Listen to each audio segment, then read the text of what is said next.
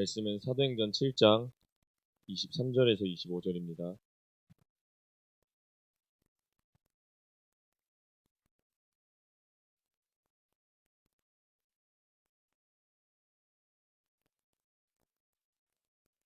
사도행전 7장 23절에서 25절 말씀입니다. 다 찾으신 줄 믿고 교독하시고 맨 마지막 말씀은 다 같이 읽으시겠습니다. 나이가 40이 되매 그 형제 이스라엘 자손을 돌볼 생각이 나더니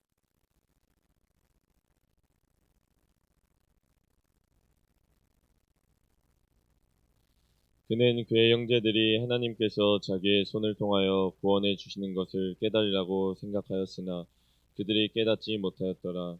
아멘. 기도드리시겠습니다.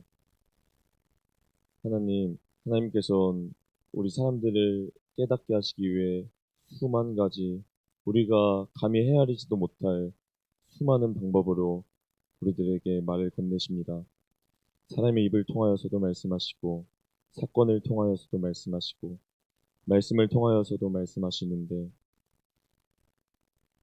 영적으로 예민한 자들은 단 한 가지 사건으로도 10개를 깨닫는 사람이 있는 반면 무지한 사람들은 우리들의 삶에 너무나도 많은 시련을 주심에도 불구하고 끝내 깨닫지 못하는 미련한 사람들도 있습니다. 하나님, 우리는 어떠한 사람인지 우리 스스로를 돌아볼 수 있게 하여 주옵소서. 그러므로 하나님께서 우리들에게 원하시는 그 깨달음을 가지는 민족이 되게 하여 주옵소서. 예수님의 이름으로 기도드립니다. 아멘. 할렐루야. 요즘 비대면이다 보니 각자 집에서 수업을 하는 학생들이 많을 것입니다. 줌 화상 채팅 혹시 다들 알죠? 우리 학생들은 줌 화상 채팅이라는 수업으로 수업을 듣는데 제가 작년부터 온라인 수업을 집에서 들으면서 저는 집안에서 위통을 잘 벗고 있습니다. 어딜 가든지 자취방을 가든 뭐 기도원의 남자들끼리 가든 하면은 저는 옷을 벗는 게 습관이에요. 위에 뭐가 실오라기라도 좀 있으면은 걸리적거리고 특히나 이 팔, 어깨, 나시라도 입어야지 마음이 좀 편안한 사람입니다.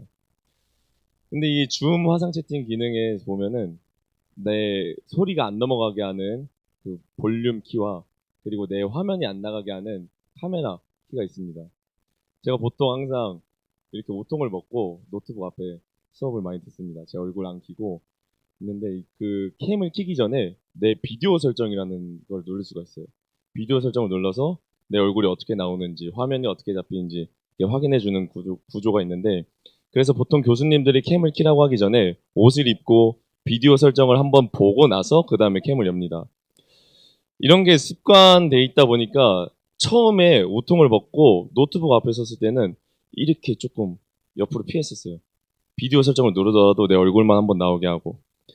근데 뭐 계속해도 어차피 내가 설마 바보가 아닌 이상 이 비디오를 누를 일이 있나 이런 생각을 했는데 그런 일이 한번 일어났었습니다. 저는 아무 생각 없이 다행히 모든 과 애들이 있던 수업이 아니라 소그룹 6명이서 있던 수업이었는데 6명이서만 이렇게 조별 회의를 하는 수업 속에서 저는 여느 날과 똑같이 우통을 벗고 그 위에 앞에 앉았다가 그냥 아무 생각 없이 캠을 킬 필요도 없는데 제 얼굴을 너무나도 보고 싶은 나머지 비디오 설정을 누르려고 하는데 비디오를 켜버린 거예요. 비디오를 켜고 제가 하고 2초 동안 가만히 있다가 너무 놀라서 일어나가지고 비디오를 딱 껐어요. 이런 부끄러운 일이 있었는데 그런 수치를 당하고 나서야 다시는 노트북 앞에 옷통을 벗고 함부로 이 키를 절대 안 누르겠다. 안 눌러야겠다. 라는 깨달음을 얻었습니다. 이처럼 이 웃긴 사건을 통해서 우리들은 인생에 무언가 크게 다치거나 아프거나 깨닫게 하셔야지만 깨달을 때가 너무나도 많아요. 역사를 잊은 민족에겐 무엇이란 없다? 미래란 없다라는 말이 있지 않습니까? 역사를 잊은 민족에겐 미래란 없다는 그 말은 내 삶을 돌아보지 못하고 내 과거를 돌아보지 못하면 계속해서 내 삶은 발전이 없다는 뜻입니다. 오늘 전양근 목사님께서 노엘 모임을 가셨었는데 그곳에 한 장로님이 1,000만 원을 이렇게 딱 내셔서 막 목사님들을 되게 고급스러운 데로 모시고 발전기금으로 또 모시고 또 되게 좋은 물건들을 이렇게 보내주셨다 해가지고 저희 교회에도 그 물건 16카톤을 이렇게 보내주셨더라고요. 그래서 방송부 친구들이 요즘 뒤에 방송실 때문에 매일매일 교회에 나와서 봉사를 하고 있는데 진원 형제, 그리고 찬영 형제, 진수 형제, 동아 형제, 동아가 아니죠. 누구 있었더라? 기억이 안 나네. 하영 자매. 이렇게 있었는데 그렇게 물건을 옮기러 1층에 온 기사님, 다른 교회에서 집사님이 이렇게 차량 봉사로 하러 와주셨거든요. 그곳에서 물건을 다 내려서 교회로 올리고 성공리에 끝마쳤습니다. 그리고 저는 이제 전 목사님께 전화를 드려서 보고를 드렸죠. 그리고 저는 그냥 모든 일이 잘 된 줄 알았어요. 잘 된 줄 알았는데 밤에 전 목사님께 다시 전화가 와서 그 차량 봉사해 주신 다른 교회 집사님께 음료수라도 대접해 드렸냐 라는 질문을 받았을 때 너무 부끄러웠습니다. 왜냐하면 그 생각을 단 한 번도 못했기 때문에. 제가 조금이라도 생각을 했었는데 죄송해요, 깜빡해서 못 챙겨드렸어요 라는 말이라도 변명이라도 하고 싶은데 생각조차 하지 못해서 그 목사님의 질문이 저로도 하여금 확 부끄럽게 하고 깨닫게 하고 감사하게끔 하였습니다. 그래서 전 목사님께 너무 죄송해요, 교회의 위상도 이렇게 더 높일 수 있고 하나님 영광도 더 돌릴 수 있고 할 수 있는 기회였는데 제가 너무나도 모르는 나머지 그런 생각도 못했습니다. 너무 부끄럽고 너무 감사합니다. 근데 전 목사님이 그러시더라고요. 너의 삶의 대접이라는 그 덕목이 몸에 배어 있지 않으니까 그런 실수를 하는 것 아니니. 너무 좋게 말씀해 주셨어요. 근데 이 사건을 통해서 나는 왜 나를 온전하게 돌아보지 못할까? 기도를 하면 기도 시간에 내 삶을 회개하고 이것저것 돌아보면 내가 실수했었던 것들, 나를 혼내주셨던 것들, 그런 것들은 돌아볼 수가 있는데 내가 이처럼 전혀 깨닫지 못한 부분들은 확 캐치를 못하는 거예요. 내 과거를 돌아보면 이 중에서 내 수많은 25년의 인생 중에 누군가 나에게 직접적으로 말은 하지 않더라도 누군가가 삶으로 대접하는 모습들, 그리고 내 주변 사람들이 항상 누구 왔을 때 챙기는 모습들, 이런 걸 보면서 내가 충분히 깨달을 수도 있는데 그거 하나 깨닫지 못했다는 거예요. 오늘 이 말씀은 스데반 집사님의 순교전 고별 설교입니다. 근데 이 스데반 집사님이 돌아가시기 전에 하신 설교가 주 예수 그리스도를 믿으라. 예수 그리스도가 임하실 때 너네에게 얼마나 무슨 기적이 일어날 줄 아느냐?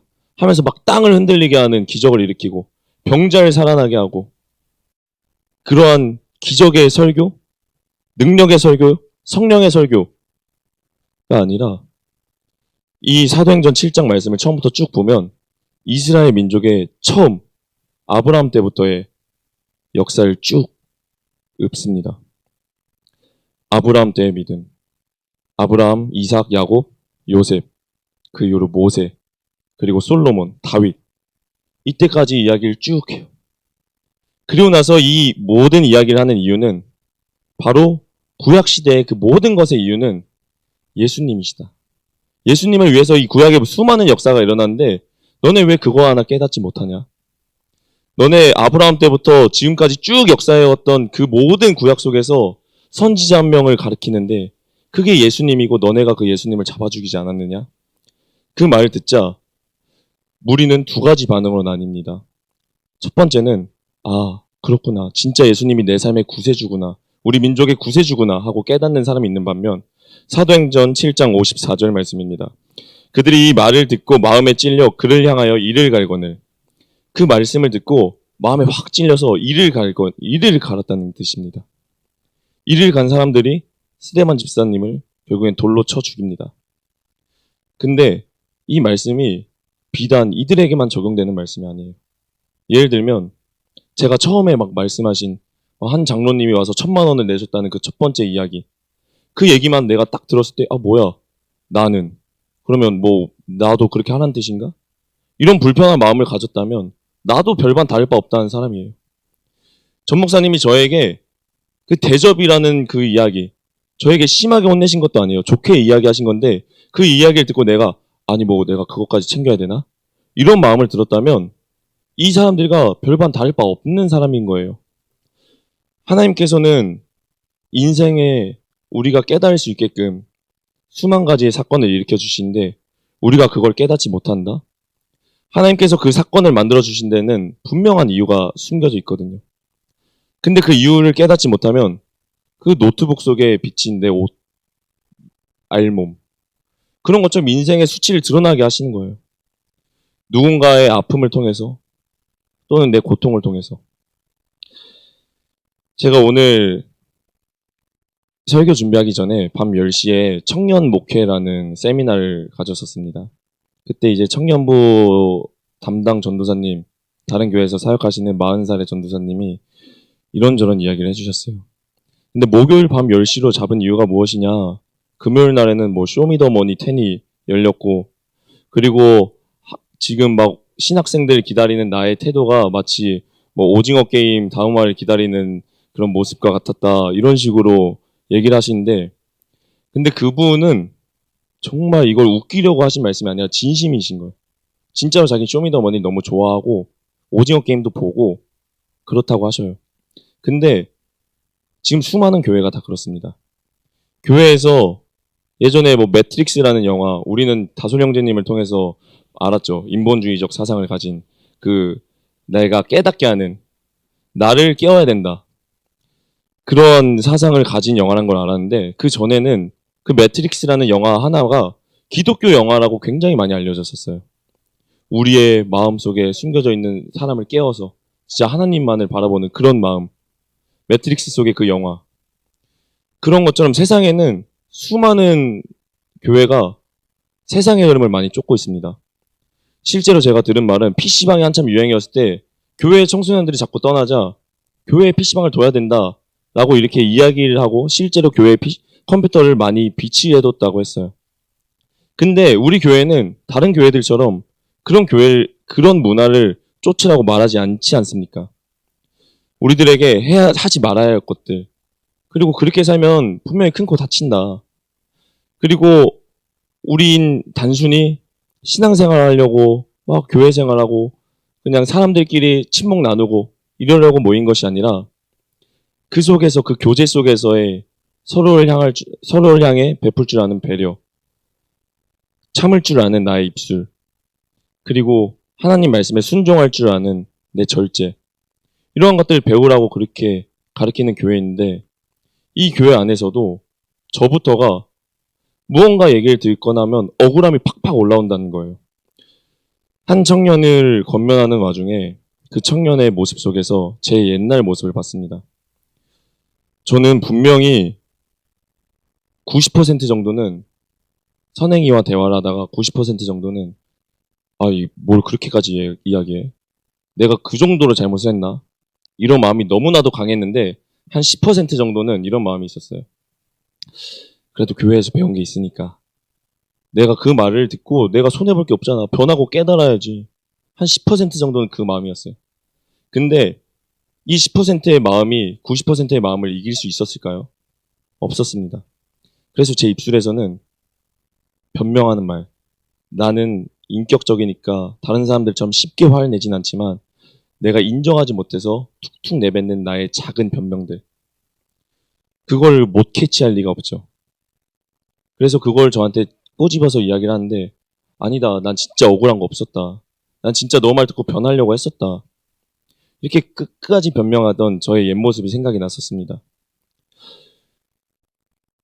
이 스데반 집사님의 설교를 듣고 다른 사람들도 다 그렇게 깨달았으면 참 좋았을 텐데, 심지어 모세가, 오늘 읽었던 본문 말씀이죠. 모세가 다른 사람들을, 내가 이스라엘 백성들을 깨닫게 하고 이들을 건져내기 위해서 나를 애굽으로 보내셨구나 하고 40살이 돼서 그걸 깨닫고 행했을 때, 그 아무도, 애굽의 노예로 있던 이스라엘 백성들은 아무도 깨닫지 못했다는 거예요.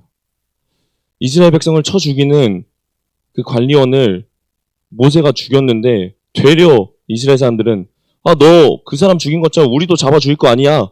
너 그 사람 죽인 것처럼 우리도 잡아 죽일 거잖아 하는 그 말에 모세가 겁을 먹어 도망을 갑니다. 이스라엘 백성들을 좀 더 빨리 깨우칠 수 있는 그 시간, 근데 그 자신 스스로들이 40년이라는 시간을 망쳐놓은 거예요. 그리고 민수기 말씀에서는 무슨 일이 일어났습니까? 가나안 땅을 정탐하라고 보냈는데 단 2명, 여호수아와 갈렙만이 가서 정복할 수 있습니다. 충분히 정복할 수 있습니다. 주님이 우리들에게 주신 땅 아닙니까? 했을 때 나머지 10명은 절대 못 이겨요. 안악 자손이 저렇게 있는데, 거인들이 저렇게 있는데 절대 못 이깁니다. 라고 했었을 때 그 정탐했던 그 40일 동안을 하나님이 40년으로 치환하셔서 그들이 40년 광야 생활을 두게 하십니다. 우리 삶에 계속 문제가 일어나고 내가 계속 넘어지는 이유는 다른 환경, 다른 곳에 있는 게 아니라 대부분 90% 이상은 우리들의 마음속에 있어요. 나 때문에 일어나는 문제입니다. 내가 불평했기 때문에 내 마음속에는 주님으로 가득 찬 게 아니라 내 정욕과 내 억울함과 내 분노만이 가득 차 있기 때문에 계속해서 내 삶에서는 문제가 터지고 있는 것입니다. 다른 사람들이 말하는 이유들, 성경책에서 말하는 이유들, 그런 걸 전혀 못 깨닫고 말입니다. 마지막으로 저희 고린도 후서 4장 7절 말씀 다 같이 한번 찾아서 읽어보시겠습니다. 고린도 후서 4장 7절입니다.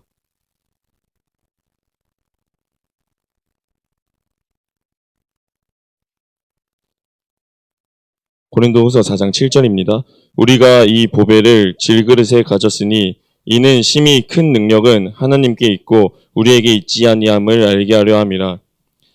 예수님이라는 보배가 우리 질그릇 안에 있어요. 질그릇은 은그릇, 금그릇처럼 좋은 그릇도 아니에요. 철그릇처럼 단단한 그릇도 아니에요.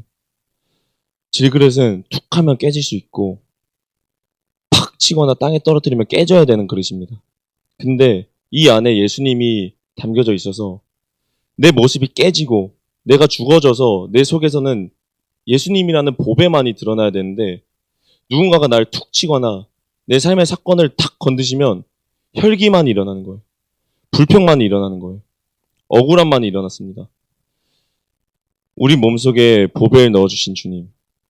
우리가 살아가는 이유는 예수님을 위해서죠.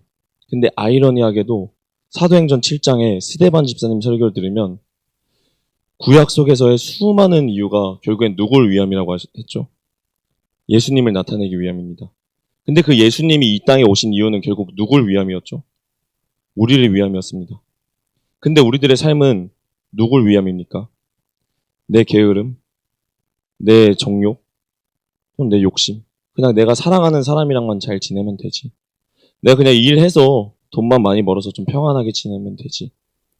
그냥 친구들이랑 별탈 없이, 문제 없이 잘 지내면 되지. 직장 생활 속에서 큰일 일어나지 않게 매일매일 그냥 똑같은 삶 살아가면 되지. 내 질그릇을 아무리 깨도 부숴도 예수님이 나타나지 않고 되려 나의 욕심, 나의 목표만이 일어난다면 우리들의 삶은 아직 변화가 일어나지 못한 것입니다. 인생의 거울을 둬서 우리가 기도할 때 하나님 진짜 내 삶의 이유는 주님을 위함이었는지 아니면 나를 위함이었는지 돌아보는 우리 시간이 되었으면 좋겠습니다. 기도드리겠습니다.